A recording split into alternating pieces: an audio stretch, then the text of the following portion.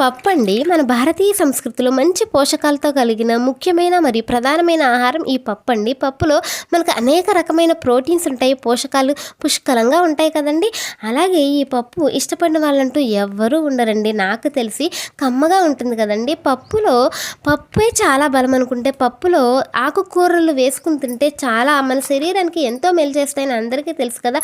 అందులోనూ గోంగూరతో తీసుకుంటే మరీ మంచిదండి. గోంగూరలో మంచి ఐరన్ ఉంటుంది, కాల్షియం ఉంటుంది. ఇవి ఎముకల బలాన్ని పటిష్టంగా చేస్తాయి. అలాగే ఎనీమియా రక్తహీనత నుంచి తగ్గిస్తాయి. ఫైబర్ ఉంటుంది, పుష్కలంగా ఉంటుంది. కందిపప్పుకు ఉండే రుచి మరి ఏ ఇతర పప్పుకి ఉండదండి.